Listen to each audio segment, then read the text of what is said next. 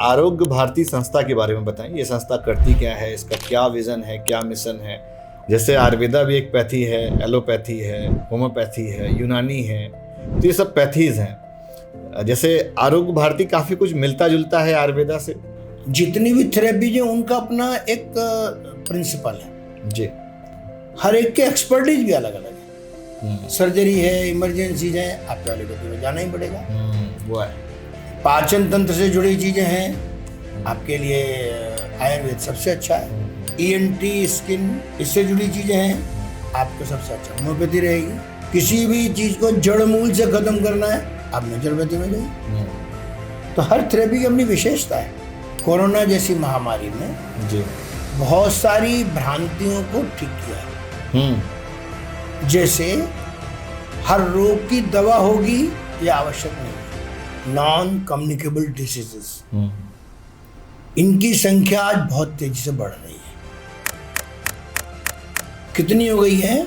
83%। Allopathic system में पिछले लगभग 15 वर्षों से कोई नई एंटीबायोटिक्स नहीं निकली है।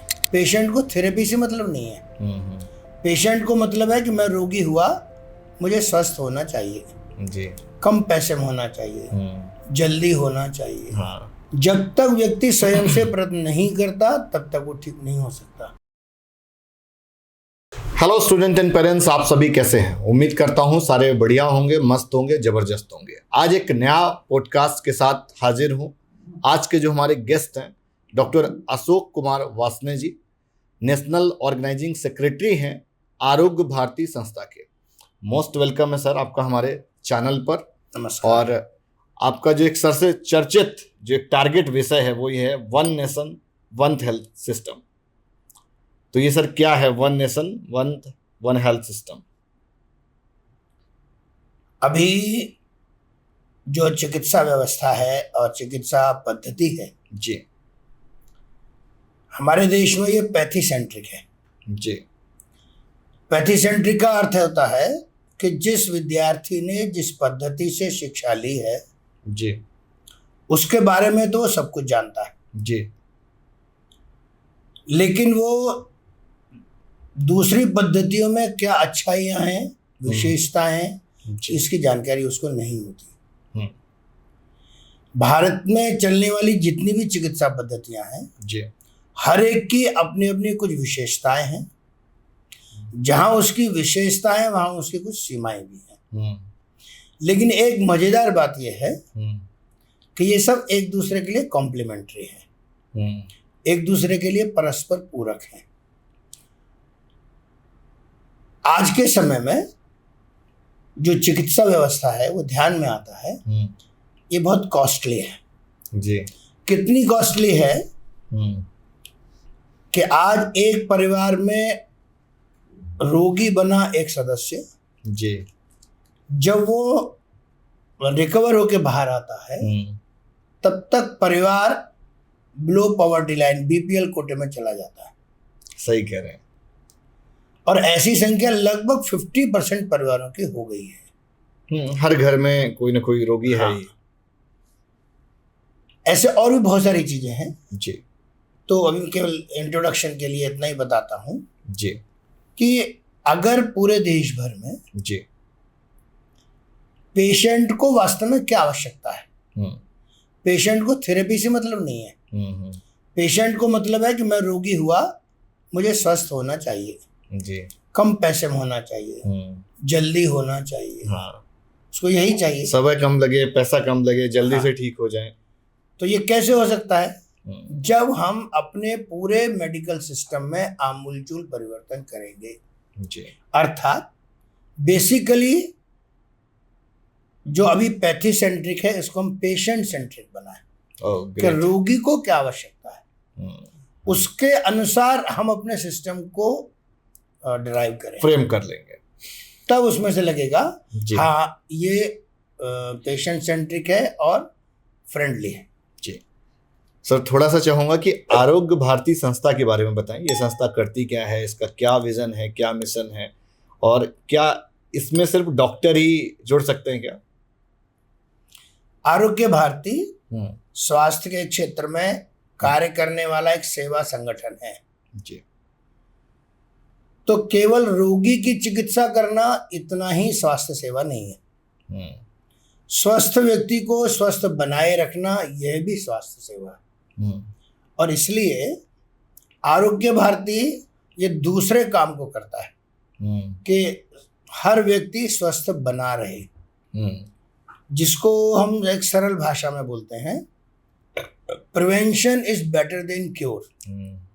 ये केवल शब्द नहीं है जी, इनके पीछे की भावना है, इसके पीछे का एक सिस्टम है, होलिस्टिक अप्रोच है, उसको ध्यान में लेकर इसको सही अर्थों में सिद्ध करना।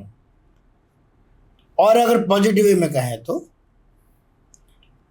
आयुर्वेद में कहा गया जी, आरोग्यम मम स्वभाव अधिकार कर्तव्यम च। स्वस्थ रहना मेरा स्वभाव है, अधिकार भी है, मेरा कर्तव्य भी है। इस भाव को समाज में जागरण करना, अलग अलग माध्यमों से करना, मॉड्यूलर फॉर्म में करना, ट्रेनिंग फॉर्म में करना, लिटरेचर के फॉर्म में करना जी, ये सब काम आरोग्य भारती करती है। ठीक। इसमें क्या सर सिर्फ डॉक्टर जोड़ सकते हैं या कोई भी मेंबर इसका बन सकता है? चूंकि ये प्रिवेंटिव एस्पेक्ट है इसलिए हर प्रकार के व्यक्ति के लिए आवश्यक है जी, हर प्रकार के व्यक्ति के लिए आवश्यक है, तो इसका मतलब इसका स्पेक्ट्रम बहुत बड़ा हो गया। डॉक्टर है एक चिकित्सा पद्धति से जुड़ा होने के कारण वो अपने उसकी कुछ एक सीमा है, फ्रेमवर्क है, उतना तक रहेगा वो। लेकिन अगर स्वस्थ जीवन शैली बताना है जी, योग बताना है, औषधीय पौधों के बारे में बताना है, घरेलू उपचार के बारे में बताना है, तो डॉक्टर नहीं भी तो भी बता सकता है। पॉजिटिविटी बताना है, स्पिरिचुअल हेल्थ बताना है, तो डॉक्टर नहीं है तो अन्य भी बता सकता है। तो जैसे हर व्यक्ति इसके परव्यू में आता है वैसे ही कार्यकर्ताओं में मेडिकोज, नॉन मेडिकोज, बोथ, ग्रामीण क्षेत्र का व्यक्ति, नगरीय क्षेत्र का व्यक्ति, ट्राइबल व्यक्ति, डायरेक्टर, प्रोफेसर, वाइस चांसलर, पुरुष, महिलाएं, सब आरोग्य भारतीय कार्यकर्ता होते हैं। और इसलिए जब से प्रारंभ हुआ सन 2002 2 नवंबर से जी, केरल के कोच्चि से, इन 23 वर्षों में कोच्चि को अगर लें तो पूर्व में कामाख्या माने असम का फोरमोस्ट जिला जी, उत्तर में कश्मीर लद्दाख ले, पश्चिम में कच्छ लखपत को गुरुद्वारा, दक्षिण में कन्याकुमारी सबसे लास्ट का जिला है। हर जगह आरोग्य भारती के कार्यकर्ता उपलब्ध है। मतलब पूरे देश भर में फैला हुआ है। हाँ, 92% जिले आरोग्य भारती की रचना में 933 जिले हैं, उनमें से 857 जिलों में आरोग्य भारती के पास कार्यकर्ता हैं। क्या बात है सर।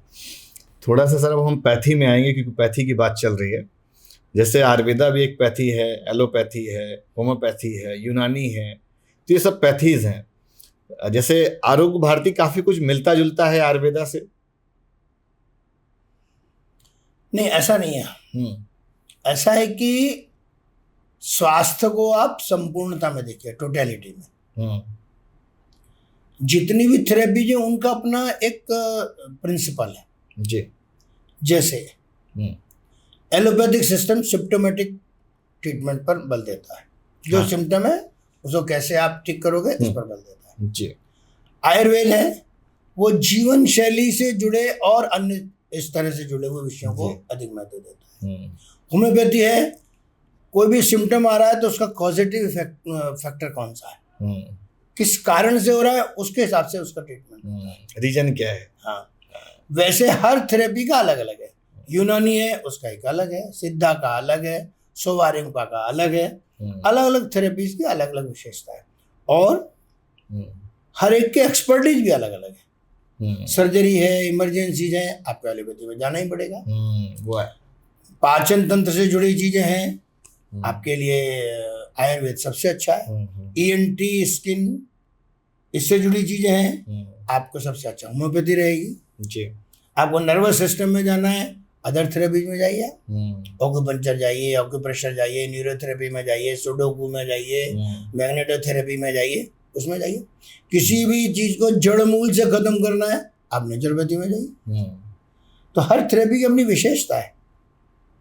ठीक, इसलिए अभी सर हम लोग एक सेमिनार भी कर रहे हैं, शिक्षा समागम 11 मई को है, तो उसमें बहुत सारे छात्र आएंगे जो कि फ्यूचर डॉक्टर बनने वाले हैं, तो उनके लिए क्या मैसेज होगा? विद्यार्थी की एक कठिनाई है कि जो उसके लिए स्थापित मेडिकल सिस्टम मिलता है उसके अनुसार ही उसको पढ़ाई करनी है। वो जो सेट सिस्टम है उसके बाहर नहीं जा सकता, क्राइटेरिया है। लेकिन जी, वो एक्स्ट्रा नॉलेज के माध्यम से विद्यार्थी मेडिकल लाइन में जाने के पहले भविष्य के लाइन को तय कर सकता है कि हमको किस थेरेपी में जाना चाहिए। जी, उदाहरण के लिए एलोपैथिक सिस्टम को राज्याश्रय होने के कारण अभी तक सबसे ज्यादा प्रचलन में है, सबको लगता है जो कुछ है वही है।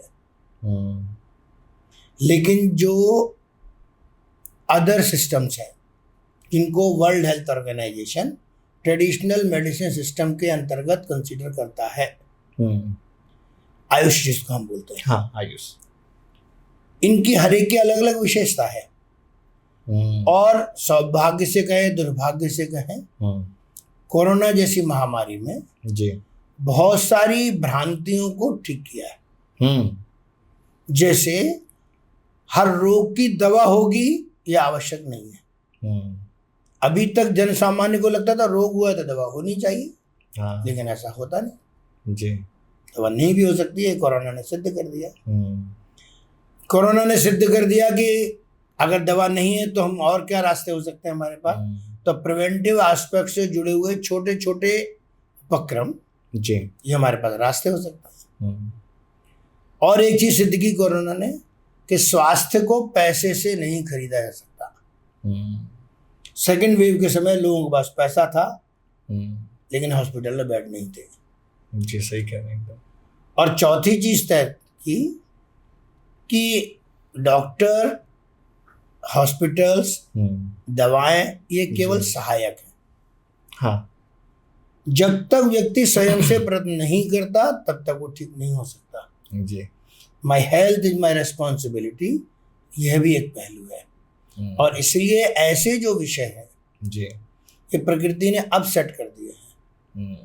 तो विद्यार्थी को क्या चाहिए कि अब इस परिप्रेक्ष्य में सोचे कि टोटलिटी में मुझे कहाँ जाना। मेरी बात को अगर सही अर्थों में लेंगे जी, एलोपैथिक सिस्टम में पिछले लगभग 15 वर्षों से कोई नई एंटीबायोटिक्स नहीं निकली है। जो एग्जिस्टिंग है वही चल रहा है। हाँ, और अलग अलग रोगी अलग अलग स्तर की दवाएं लेने के कारण जी, एंटीबायोटिक रेजिस्टेंस डेवलप हो रहा है। और एंटीबायोटिक्स की डोज बढ़ाने के बावजूद भी उनका प्रभाव नहीं दिखाई दे रहा। इसलिए एलोपैथिक में सर्जरी सबसे अच्छी है, वो काम कर रही है जी, लेकिन प्रिवेंटिव एस्पेक्ट वहां पर नहीं है। व्यक्ति को जाना है तो टोटलिटी में जाना चाहिए। रिकवरी के लिए दोनों आवश्यक है। हर जगह सर्जरी काम नहीं करेगी लेकिन बहुत सी जगह सर्जरी ही काम करेगी। तो विद्यार्थी को देखने के लिए है कि मेरा टारगेट सेवा है, पैसा कमाना है जी, क्या है। और अगर वह टोटलिटी में सोचता है, दूरगामी दृष्टि से सोचता है, तो उसको ध्यान में आएगा कि पूरे वर्ल्ड का जो स्ट्रक्चर है अभी मेडिकल सिस्टम का, वो होलिस्टिक सिस्टम है कि हर जगह मॉडर्न मेडिकल सिस्टम के साथ वहाँ का ट्रेडिशनल मेडिसिन सिस्टम का कोलैबोरेशन होने के कारण वहाँ कम डेवलपमेंट के बावजूद भी रिकवरी रेट बहुत फास्ट है। ओके, जो हमारे देश में अधिक डेवलपमेंट के बावजूद भी रिकवरी रेट कम है, कारण सभी अलग अलग प्रकार से काम कर रहे हैं। मतलब इंटीग्रेशन नहीं किया, जैसे हमारे देश में नहीं है। अपनी आयुर्वेदा है तो आयुर्वेदा को लेके आप क्या केवल समझते आयुर्वेद हैं? नहीं, बाकी सारे सिस्टम भी आते हैं उसमें। यूनानी है, होम्योपैथिक है, होम्योपैथी है, यूनानी है, सिद्धा सिद्धा है, है, सोवा रिंगपा है, हाँ, ये सब आते हैं। तो जितने भी ट्रेडिशनल सिस्टम है तो बच्चों को ये भी ऑप्ट करने चाहिए एज एन करियर हाँ, ऑप्शन। करना चाहिए ना। आप देखिए कोरोना के बाद से जी। आज कोई भी आयुर्वेदिक कॉलेज खाली नहीं है, कोई भी सीट। सही कह रहे हैं आप। पहले अवेयरनेस बढ़ गई पहले है। नहीं थे उतने। सही कह रहे हैं। मॉडर्न सिस्टम के आज सीट खाली मिल जाएगी आपको। आयुर्वेद पिछले 10 वर्षों में 2014 में जब आयुष मंत्रालय बना था तब मात्र 326 कॉलेजेस थे। आयुष मंत्रालय के अलग अलग विभागों ने अलग अलग प्रकार से ग्रिलिंग की, इंफ्रास्ट्रक्चर के बारे में, क्वालिटी ऑफ एजुकेशन के बारे में, कैंपस के एटमॉस्फेयर के बारे में, एक्स्ट्रा करिकुलर एक्टिविटीज के बारे में, डाटा रिकवरी के बारे में, बहुत सारी चीजें की। तो बहुत सारे विद्यालय बंद हुए, लेकिन समय की आवश्यकता, विद्यार्थियों के आकर्षण के कारण आज 800 से अधिक विद्यालय हैं। 326 थे, ग्रिलिंग के कारण से बंद हुए, लेकिन अभी बंद खुले भी बहुत सारे, 800 से अधिक विद्यालय। स्कोप बढ़ा है। हाँ, स्कोप बढ़ा, विद्यार्थियों को ध्यान में आता है। तो विद्यार्थियों को भी विचार करने के लिए है कि हमको भविष्य में कौन सी लाइन पकड़ना। ठीक सर, एक बड़ा महत्वपूर्ण प्रश्न है, जैसे वन नेशन और वन हेल्थ केयर सिस्टम की हम बात कर रहे थे, तो इसमें क्या क्या चैलेंजेस आते हैं और इसको आप कैसे कर रहे हैं? एक पहलू और ध्यान करने के लिए जी। मैंने शुरू में आपको केवल 2-3 चीजें ही बताई अभी। हाँ जी, हाँ जी।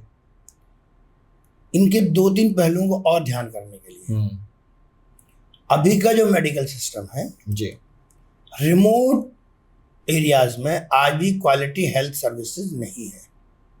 हाँ, अगर टियर 3 सिटी चले जाएंगे तो नहीं मिलेगा आपको, गांव देहात में तो बहुत कम है। सामान्य व्यक्ति स्वास्थ्य के बारे में सोचता है कि मेरा काम परिश्रम करना और अर्थोपार्जन करना है। बीमार हो जाऊंगा तो डॉक्टर से दवा ले लूंगा मैं, मुझे कुछ करना वो सोचता नहीं। इसके कारण से डॉक्टर्स पॉपुलेशन रेशियो ये बहुत कम है। राइट। तीसरी चीज, साइंस एंड टेक्नोलॉजी के कारण जैसे जैसे व्यक्ति की सुविधाएं बढ़ी वैसे वैसे प्रोफेशनलिज्म और कॉमर्शियलाइजेशन बढ़ा। तो प्रोफेशनलिज्म और कॉमर्शियलाइजेशन के कारण से हर एक की अपेक्षाएं बढ़ गई। आज कोई भी व्यक्ति बीमार हुआ, उसके अटेंडेंट सोचते हैं कि मेरा व्यक्ति बीमार हुआ, मेरे लिए ये डॉक्टर है, ये हॉस्पिटल है, मुझे यहाँ पर उनको भर्ती करना चाहिए और डॉक्टर को दवा देनी चाहिए और तुरंत ठीक होना चाहिए। वो ये नहीं सोचता कि उसको शरीर में रोग के लक्षण आने में कितना समय लगा होगा। टाइम टेकन, कम से कम जितना समय लगा उतना समय तो ट्रीटमेंट में लगाओ। लोगों में पेशेंस कम है। दूसरी बात, डॉक्टर्स भी क्या सोचते हैं, मेरा काम दवा देना है, मैंने दवा दे दिया, ठीक है, मेरा वो काम करेगी दवा। डॉक्टर्स पेशेंट रिलेशनशिप ये खत्म हो गया। आज इसकी आवश्यकता है। इस पे भी आऊंगा, बहुत सारे इस पॉडकास्ट को डॉक्टर्स भी देखेंगे। तो डॉक्टर्स के लिए आपका क्या मैसेज है कि क्या एथिक्स लेके चलना चाहिए? पहले वाले प्रश्न का हाँ जी, हाँ जी आपको। तो जब हम पेशेंट सेंट्रिक कर देंगे और यह जो एक सिस्टम को सेट करेंगे, तो ये सिस्टम सेट होता है सीजन के हिसाब से, रीजन के हिसाब से, लोकल के हिसाब से, क्राउड के हिसाब से नहीं, प्राकृतिक परिस्थितियों के कारण। जैसे उदाहरण के लिए जी, आयुर्वेद आपको सब जगह मिलेगा। हाँ, यहाँ आपको सोवारिंग पर मिलता है क्या? नहीं। कहाँ मिलेगा? हाई एल्टीट्यूड्स पर। लेह में मिलेगा, अरुणाचल में मिलेगा, सिक्किम में मिलेगा, भूटान में मिलेगा, तिब्बत में मिलेगा, हिमाचल के हाई एल्टीट्यूड से मिलेगा। क्यों? वहाँ ठंडक रहती है हमेशा, ड्राइनेस है। तो वहाँ के व्यक्ति को कौन सी दवाएं चाहिए? प्रकृति ने वो दवाएं वहीं पर उपलब्ध कराई है। आयुर्वेद में कहा गया, यस्य देशस्य यो जंतु तज्जम तस्य औषधम हितम। जो व्यक्ति जहाँ रहता है उसको वहाँ की औषधियाँ ही हितकारी होती है। अब दक्षिण भारत में जाएंगे, ह्यूमिड एटमॉस्फेयर है हमेशा, गर्मियों सर्दियों एक ही टेम्परेचर है, तो वहाँ तो दवाएं नहीं बदलेंगी। वहाँ पर वहाँ के हिसाब से सिद्धा पद्धति विकसित हुई है। इसलिए वो तमिलनाडु मिलेगी, थोड़ी केरला मिलेगी, बहुत थोड़ी कर्नाटक मिलेगी, नहीं तमिलनाडु मिलेगी, मेन तमिलनाडु है। तो इसलिए ये जो पद्धतियां हैं या इनकी दवाएं हैं, ये सीजनली, रीजनली और लोकल रिसोर्सेज के हिसाब से वेरी करती है। इसलिए जो दवा यहाँ काम कर रही है, आवश्यक नहीं है कि आपको हिमाचल के हाई एल्टीट्यूड में काम करे या केरल के, तमिलनाडु के सल्ट्री वेदर में काम करेगा। नहीं भी कर सकती है, नहीं भी कर सकती है। इसलिए इस बात को जो डॉक्टर है उसको मालूम रहता है कि किस सीजन में किस तरह की स्थिति में मुझे कैसी दवा देनी है। इसलिए वन हेल्थ वेल्थ सिस्टम इसकी बेसिक चीजें ठीक करने के लिए है कि आप टोटलिटी में सोचो, प्रिवेंटिव भी सोचो, ट्रीटमेंट भी सोचो। लोकल मेडिसिन का उपयोग करोगे, कॉस्ट कम आएगी। व्यक्ति की जागरूकता करोगे तो डॉक्टर्स पेशेंट रिलेशनशिप अच्छा होगा, स्ट्रांग होगा। डॉक्टर्स पॉपुलेशन रेशियो भी अच्छा होगा, क्योंकि लोग जागरूक हो जाएंगे, अपने को स्वस्थ रखेंगे। तो यही पद्धति है उसकी। इसलिए ये जो one nation one health system है जी, हर व्यक्ति को जागरूक करना एक पहलू है, डॉक्टर्स को ट्रेनिंग देना। आज जो एकदम यंग डॉक्टर्स हैं उनको लगता है हाँ ऐसा होना चाहिए, जो बहुत सीनियर्स हैं उनको लगता है ये होना चाहिए कि उन्होंने सब चीज देख ली है, उनको लिमिटेशंस मालूम है। लेकिन ये बीच वाले हैं जिनको 8-10 साल ही हुआ अभी प्रैक्टिस करते हुए, 14-15 साल हुआ है, उनको लगता है हमने जो सीखा वही सब कुछ है, संपूर्ण है, वो उसके आगे नहीं सीखना चाहते। बाकी सब घास गुड़ा है, हम ही सब कुछ है। ये जो भावना ये उचित नहीं है। जैसे कि आयुर्वेद और एमबीबीएस में जो है चलता रहता है, मैंने बताया एलोपैथी, आयुर्वेद, एलोपैथी, होम्योपैथी, सब में कॉन्फ्लिक्ट एक दूसरे का। लेकिन आपको और एक अच्छी चीज बताता हूं, इसी देश में एक बहुत अच्छी चीज है जो कम है, आज बहुत सारे प्लूरोपैथ्स भी मिल रहे हैं। प्लूरोपैथ्स का मतलब होता है कि एक व्यक्ति ने एक से अधिक चिकित्सा पद्धतियों में अध्ययन किया है। उसने एलोपैथी का भी अध्ययन किया है, उसने आयुर्वेद से भी प्रशिक्षण लिया है, एलोपैथी का भी किया है, होम्योपैथी का भी किया है, आयुर्वेद का भी किया है, होम्योपैथी का भी किया है, तीनों सिस्टम का भी किया है। तो ऐसे अभी धीमे धीमे बहुत अच्छे चिकित्सक खड़े हो रहे हैं, हाँ डेवलप हो रहे हैं लोग इंटीग्रेशन करने और उनको ये ध्यान में आ रहा है कि जिस पद्धति की जो अच्छाइयाँ है उसका अगर हम उपयोग करेंगे तो हम जल्दी रोगी को ठीक कर सकते हैं, as per the patient need, कि पेशेंट को जरूरत की आवश्यकता क्या है। हाँ, तो इट इज बेटर कि डॉक्टर्स अगर उस पर और भी पैथीज में अगर जाते हैं तो जो आपके नाम के आगे डॉक्टर लगा है ये वो बायोकेमिस्ट्री कारण है। वो तो मैं आरोग्य भारती में नहीं था तो भी डॉक्टर रहता हूँ, वो तो मेरे शिक्षा के कारण से, राइट, वो मेरे शिक्षा कारण, पीएचडी कारण। आरोग्य भारती की अगर हम कुछ यूनिक चीजों की बात करें तो वो क्या क्या है? यूनिक आप बहुत नहीं कर सकते, आप इतना समझ सकते हैं कि समाज का सामान्य व्यक्ति होलिस्टिकली सोचे, समाज का सामान्य व्यक्ति कि मैं कौन सी चीजें अपने से कर सकता हूँ, मुझे करना चाहिए, कौन सी चीजें हैं जिनके लिए मुझे एक्सपर्ट के पास जाना चाहिए, उनको करना चाहिए। आरोग्य भारती चिकित्सकों को भी और जन सामान्य को भी ये तैयार करता है कि हेल्थ के बारे में संपूर्णता से सोचना। तो ये ट्रेनिंग जन सामान्य को भी देना है, सबको देनी चाहिए, और डॉक्टर को भी देना है कि रोगी को क्या चाहिए, हमको क्या जानकारी है, हमारी पैथी क्या है, ये अलग बात है।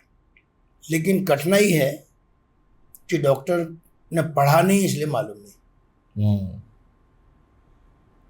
तो जब तक हम होलिस्टिकली नहीं सोचते तब तक काम नहीं बनेगा। आरोग्य भारती एक दायित्व बोध निर्माण करती है स्वास्थ्य के क्षेत्र में। इतना ही नहीं है, केवल सेवा से काम नहीं चलता है। आज इंटेलेक्चुअल वर्ल्ड में डाटा चाहिए, एनालिसिस चाहिए, विजन चाहिए, इन्फ्रेंसेस चाहिए। जब तक वो नहीं होगा तब तक हम आगे नहीं बढ़ सकते। तो वो महत्वपूर्ण चीज है। स्वास्थ्य चिकित्सा के क्षेत्र में क्या बड़ी चुनौतियां हैं और उसको आप कैसे समाधान कर रहे हैं? वास्तव में आज के समय में जिनको सामान्य भाषा में कहते हैं जीवन शैली जनित रोग, लाइफ स्टाइल डिसऑर्डर्स, बायोलॉजी की भाषा में उनको हम बोलते हैं नॉन कम्युनिकेबल डिसीजेस। ये जो नॉन कम्युनिकेबल डिसीजेस हैं, इनकी संख्या आज बहुत तेजी से बढ़ रही है। कितनी हो गई है? 83%। अगर 100 रोगी हैं तो 83 रोगी जीवन शैली जनित रोगों के हैं। डायबिटीज, हाइपरटेंशन, इंसोम्निया, निद्रा रोग, Alzheimer's, obesity, skin diseases, cancers, ऐसे कितने ही रोग हैं, ये केवल जीवन शैली से जुड़े हैं। और जैसा इनका नाम है जीवन शैली जनित रोग, वैसा ही इनका निदान भी है कि अगर व्यक्ति अपनी जीवन शैली को व्यवस्थित कर ले तो वह स्वस्थ रह सकता है। और इसीलिए आरोग्य भारती के जो 4 बेसिक पिलर्स हैं, उनमें एक बेसिक पिलर है स्वस्थ जीवन शैली। तो अगर सरकार जैसे 2014 से स्वच्छता मिशन चलाया और अभी 10 वर्षों में उसके प्रभाव ध्यान में आते हैं, अगर स्वस्थ जीवन शैली अभियान, लाइफ स्टाइल डिसऑर्डर्स के लिए अभियान चलाए, सरकार भी चलाए, सामाजिक संगठन भी करें, एनजीओ भी करें, पीपीपी मॉडल में भी जाए, राइट, सब लोग मिलकर करें, तो हम देखेंगे कि एक वायुमंडल बनेगा, अच्छा स्वास्थ्य जागरण होगा। ये चुनौती भी है, ये अपॉर्चुनिटी भी है। और एक चीज है इसमें जी, बहुत सारे सरकारों ने और केंद्र सरकार ने इस दिशा में काम भी प्रारंभ कर दिया है। जैसे प्रधानमंत्री जी ने कहा ओबेसिटी, इसको कम करना, 10% ऑयल यूजेस कम करना, एडिबल ऑयल कम करना, इसी का है। मैं पढ़ रहा था एक राज्य सरकार ने स्वस्थ जीवन शैली अभियान ही चलाया है, स्कूलों में, ऑफिसेज में, उन्होंने टारगेट दिए। तो मैंने मध्य प्रदेश में जाएंगे तो उन्होंने आनंद मंत्रालय इसी के लिए बनाया है। तो ऐसे अलग अलग सरकारें अलग अलग काम कर रही हैं। तो सभी के लिए जो चुनौती हुई है कि लाइफ स्टाइल डिसऑर्डर्स को जितना हम तेजी से अटेंड करेंगे, उनके लिए काम करेंगे, तो ये रोगियों की संख्या कम होगी, डॉक्टर्स पॉपुलेशन रेशियो बढ़ जाएगा, डॉक्टर्स पेशेंट रिलेशनशिप भी अच्छा हो जाएगा, और जितने डॉक्टर्स हैं उनको सारे उपयोगी जो जितने रोगी हैं और डॉक्टर हैं, उनका ठीक से तालमेल बैठ सकेगा। आज की यही आवश्यकता, यही चुनौती और यही अवसर है। ठीक। आरोग्य भारती का अभी कोई कार्यक्रम होने वाला है हाल ही में, वन सिस्टम और वन हेल्थ केयर के लिए, जिसमें अवेयरनेस चल रही हो?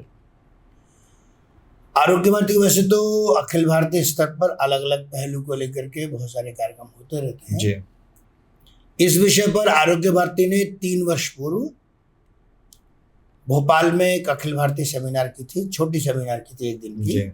उस समय के तत्कालीन राष्ट्रपति श्रीमान रामनाथ कोविंद जी को इसी विषय पर हमने आग्रह किया था, वो आए, उद्घाटन किया जी। और पूरे देश भर के हमारे कार्यकर्ता थे उसमें जी।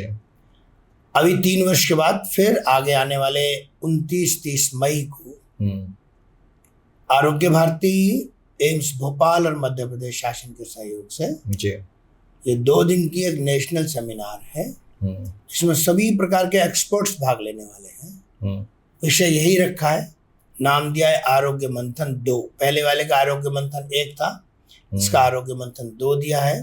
टॉपिक रखा है one nation one health system is the need of hour. और ये चलेगा, धीमे धीमे चलेगा, समाज में वायुमंडल बनेगा। इनके डाउट्स क्लियर होंगे लोगों के, जैसे जैसे क्लियर होंगे वैसे वैसे वायुमंडल बनेगा।